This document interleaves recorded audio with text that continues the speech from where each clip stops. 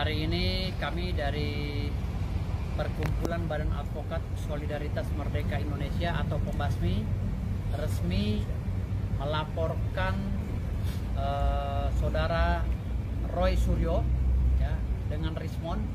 Tadinya kami tuliskan pasal 362, junto pasal 372 ya.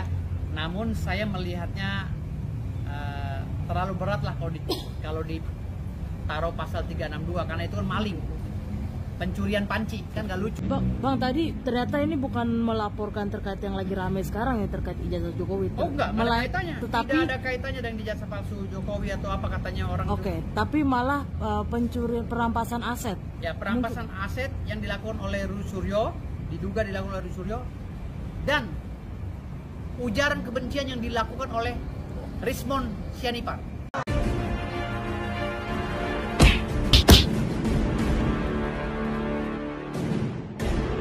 Assalamualaikum warahmatullahi wabarakatuh. Om Swastiastu, Namo Buddhaya, salam kebajikan. Kembali bersama 9.0 TV dari Buta Pandita Lupi, Kabupaten Bulukumba.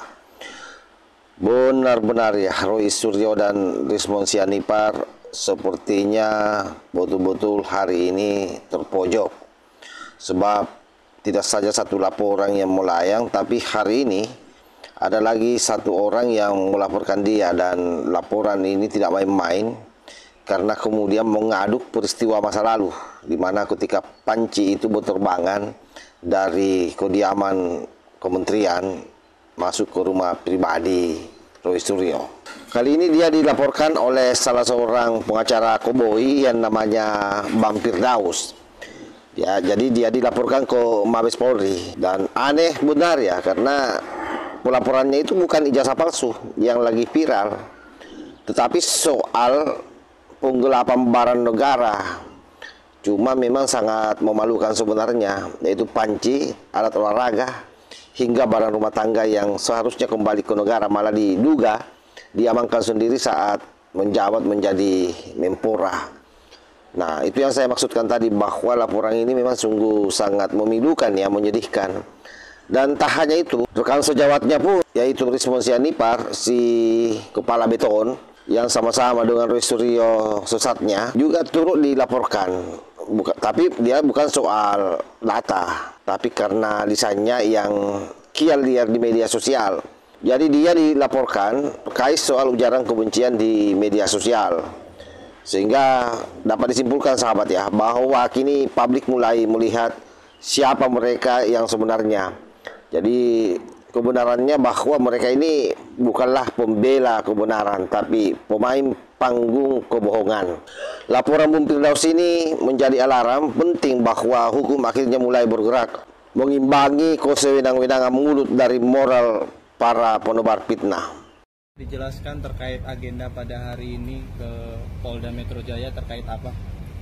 Ya, hari ini kami dari Perkumpulan Badan Advokat Solidaritas Merdeka Indonesia atau Pembasmi resmi melaporkan saudara Roy Suryo ya, dengan Rismond dengan pasal yang berbeda-beda. Namun untuk Rismond sedang diproses konselingnya. Kalau untuk Roy Suryo sudah diterima LP-nya. Jadi sudah diterima, pasalnya berbeda-beda, dan dua orang ini sesuai dengan komitmen kami akan kejar terus ya. Kami Pembasmi akan kejar terus kemanapun mereka berlari, karena sudah kewajiban kita untuk membuat nyaman bangsa ini, tentram bangsa ini, tanpa isu-isu hoax. Mungkin laporannya sendiri terkait apa terhadap Roy Suryo sendiri, Bang? Kalau untuk Roy Suryo, karena ini berkaitan dengan aset negara, jadi kami sebagai masyarakat yang telah membayar pajak kepada negara berhak untuk melaporkan Roy Suryo dengan dugaan penggelapan aset negara. Dengan dugaan ya, penggelapan aset negara. Tadinya kami tuliskan pasal 362, junto pasal 372 ya.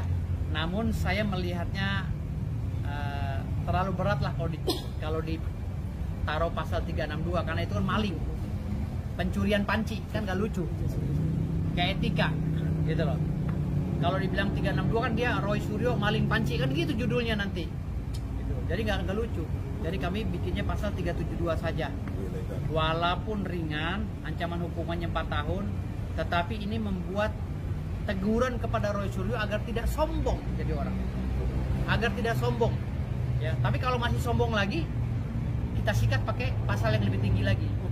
Bang, tadi ternyata ini bukan melaporkan terkait yang lagi ramai sekarang ya, terkait ijazah Jokowi. Oh enggak, ada kaitannya. Tetapi tidak ada kaitannya dengan ijazah palsu Jokowi atau apa katanya orang. Oke, tapi malah pencurian, perampasan aset. Ya, perampasan aset yang dilakukan oleh Roy Suryo, diduga dilakukan oleh Roy Suryo, dan ujaran kebencian yang dilakukan oleh Rismon Sianipar, pasal 28 Undang-Undang ITE. Mungkin perampasan aset itu dalam bentuk seperti apa, boleh dijelaskan sedikit? Tidak ada perampasan aset di sini. Pencurian aset negara. Pencurian aset negara. Ya, pencurian aset negara, penggelapan aset negara. Tapi pencuriannya saya dispensasi. Kenapa? Karena saya kan mempunyai rasa kemanusiaan juga. Udahlah, cukup dengan ini aja teguran kita agar si Roy Panci ini tidak sombong. Ya. Kalau saya masukkan pasal 372 dan 362 dan 372 pencurian dan penggelapan, nanti timbulnya isu yang beredar Roy Suryo maling panci, walaupun kenyataannya memang diduga benar kan gitu.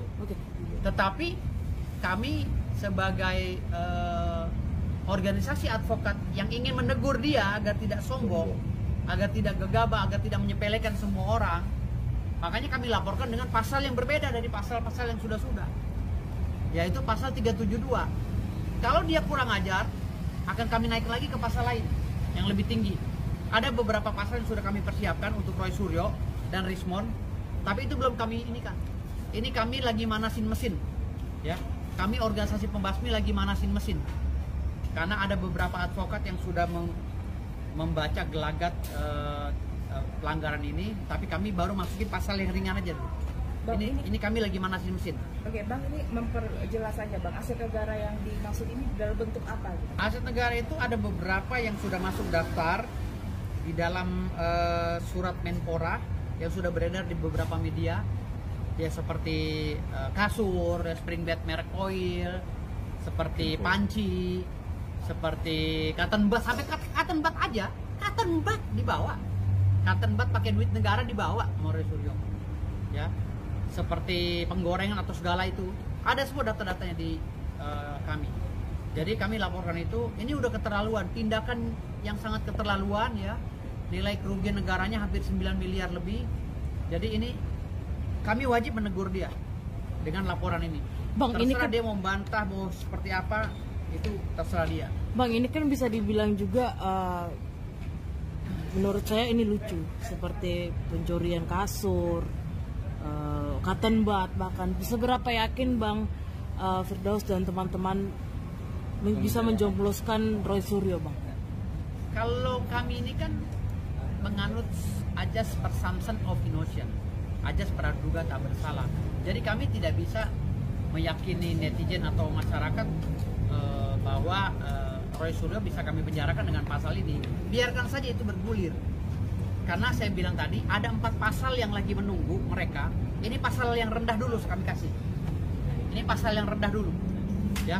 Kalau saya buka di 3 pasal lagi nanti geger Indonesia. Jadi saya kasih dulu tipis-tipis ini. Saya lihat dia masih sombong apa enggak. Kalau dia masih sombong baru saya hantam. Ini bisa ini dibilang pasal permulaan dari kami pembasmi. Komitmen kami pada saat itu saya pernah bilang bahwa kami menjaga Pak Jokowi, kami menjaga Pak Prabowo, kami menjaga Pak Gibran dari masyarakat yang tidak bersyukur. Bang, bisa dibilang juga Roy Suryo ini sudah jatuh tertimpa tangga. Dilaporkan oleh Jokowi, dilaporkan oleh Farhad Abbas dan Pak Iman, dan dilaporkan juga sama Bang Firdaus. Ini bertubi-tubi mungkin melihatnya seperti apa nih, Bang? Ya karena ini kan kesombongan orang yang tidak menghargai jerih payah pejabat yang sudah 10 tahun membangun bangsa ini. Jadi Roy Suryo dan Rismon Sianipar selama ini tampil di ruang publik seolah membongkar konspirasi. Namun semakin mereka bicara, semakin terang pula bulangnya. dari penggelapan barang negara hingga ujaran kebencian. Dan ini bukan soal ekspresi, ini soal etika dan pelanggaran hukum. Laporan hukum dari publik seperti yang dilakukan oleh Bang Firdaus ini, saya kira bukan sekedar balasan moral ya, tapi bentuk pertanggungjawaban terhadap mereka yang dengan sadar telah merusak ruang demokrasi dengan kebohongan dan provokasi. Dan saat narasi sesat dipertontonkan terus-menerus, maka hukum harus bicara. Roy dan Risma mungkin merasa sedang melawan arus, padahal mereka sedang tenggelam dalam arus kesombongan mereka sendiri. Hari ini mereka dilaporkan, besok bisa jadi mereka harus mempertanggungjawabkan semuanya di hadapan hukum yang tak bisa digertak pakai kamera dan mikrofon. Wassalamualaikum warahmatullahi wabarakatuh.